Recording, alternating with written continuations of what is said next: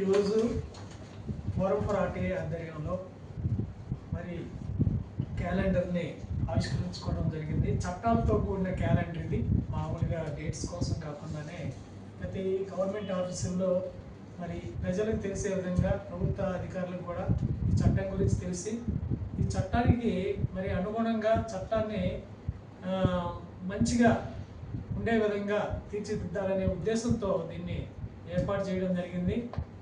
ఈరోజు మరి గౌరవ కమిషనర్ గారి ఆధ్వర్యంలో మరి క్యాలెండర్ని పంపించడం జరిగింది.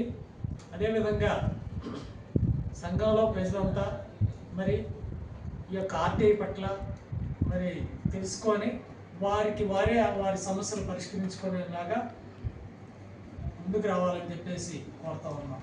Thank you. కమిటీ వారు 2025 క్యాలెండర్ తీసుకురావడం ఎంతో హర్షణీయం.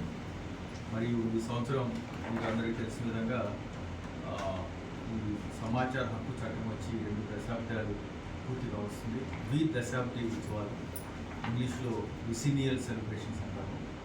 సో ఈ సందర్భంగా మరి ఫోరం ఫర్ ఆర్టీఐ గత కొన్నేళ్ళుగా సమాచార హక్కు చట్టం పట్ల ప్రజలకు అవగాహన కల్పించడంతో పాటు వాటిని ప్రాచుర్యం తీసుకురావడానికి, అట్లాగే ఈ సమాచార హక్కు చట్టం మీద ప్రజలకి ఎంతో విలువైన సమాచారం ఇచ్చి మరి ఇంతమంది దీనిలో ఉన్న ఆర్గనైజేషన్ కమిటీ మెంబర్స్ అందరూ కూడా వాళ్ళ యొక్క వివిధ హోదాల్లో ఈ సమాచార హక్కు చట్టం ప్రచారానికి మరియు సమాచార హక్కు చట్టం ఆశ్రయించి ఎంతోమంది ప్రజలకు కూడా ప్రభుత్వం దగ్గర నుంచి వాళ్ళు కోరుకున్న సమాచార విపీడంలో ఎంతో గణనీయ పాత్ర పోషిస్తుంది.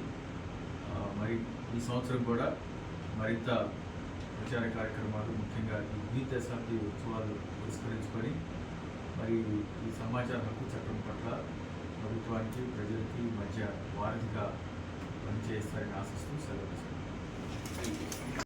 గౌరవ కమిషనర్ గారు చేతుల మీదుగా ఫోరం ఫర్ ఆర్టీఐ ఆంధ్రప్రదేశ్ రాష్ట్ర కమిటీ క్యాలెండర్ని మరి శామ్యుయల్ జనార్దన్ సార్ గారు ప్రారంభించారు.